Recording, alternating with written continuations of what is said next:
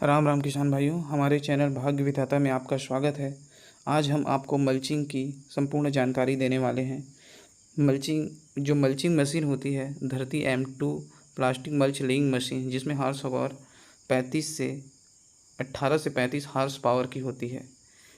सबसे पहले मल्चिंग, किसान भाइयों, मल्चिंग जो होता है, खेत में लगे हुए जो पौधे होते हैं उसमें ज़मीन को चारों तरफ से पॉलीथीन की सहायता से सही तरीके से ढकने को मल्चिंग कहते हैं। इसमें मल्चिंग दो तरह के होते हैं, एक जैविक मल्च होता है, एक प्लास्टिक मल्च होता है।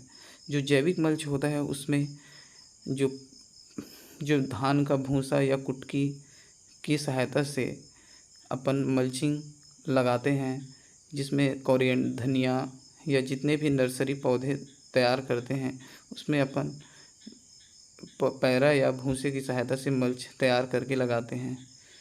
दूसरा होता है प्लास्टिक मल्च। प्लास्टिक मल्च अलग अलग कलर के होते हैं, जिसमें पीला, काला और ट्रांसपेरेंट और कलर्ड मल्च आता है, जिसमें अलग अलग तरह के से इसका यूज़ करते हैं। जैसे ट्रांसपेरेंट मल्च या सिल्वर मल्च होते हैं। यह जो होता है, जो मिट्टी में टेम्परेचर को बनाए रखता है, और जो सॉइल टेम्परेचर जो होता है, सूर्य की किरणों से जो रेडिएशन आता है, जिससे पौधों की ग्रोथ अच्छा होता है।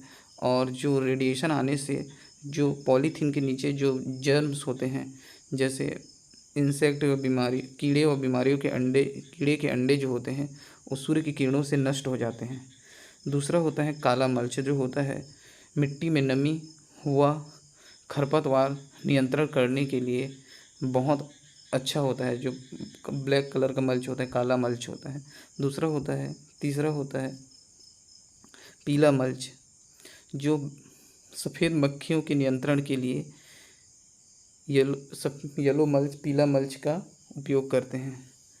और जो कलर्ड मल्च होता है, सभी प्रकार के जो कीड़े व बीमारियां होती हैं उसके लिए कलर्ड मल्च बहुत उपयोगी सिद्ध पाया गया है। किसान भाइयों, अब मल्च का प्रयोग जो होता है, जैसे किसान भाइयों, मल्च जैसे पौधे जैसे सब्जी लगाए हैं उसमें फल व फूल लगते हैं। उसमें क्या होता है, जो फल व फूल जैसे पत्तियां लगती हैं, उसमें ज़मीन में जैसे लगता है तो उसमें सड़न व फंगस की बीमारियां आने लगती है, जिससे मल्च का उपयोग करके इसको सुधारा जा सकता है। जिससे मल्च का उपयोग करके ज़मीन का कटाव भी रोका जा सकता है। इसमें मल्चिंग का प्रयोग करने से खरपतवार नहीं लगने से कीड़े व बीमारियां भी इससे नहीं लगती, जिससे क्या होता है, लेबर का खर्चा और जो खर्च आता है उससे मुक्ति मिल जाती है। किसान भाइयों, सबसे पहले अगर आप मल्चिंग विधि से खेती करना चाहते हैं, जैसे सब्जी लगाना चाहते हैं, तो सबसे पहले किसान भाइयों ज़मीन को अच्छी तरह से जुताई करा लें व ज़मीन की मिट्टी को भुरभुरा बना लें।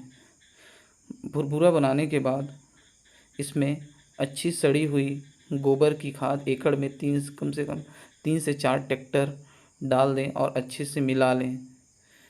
उसके बाद किसान भाइयों, इसमें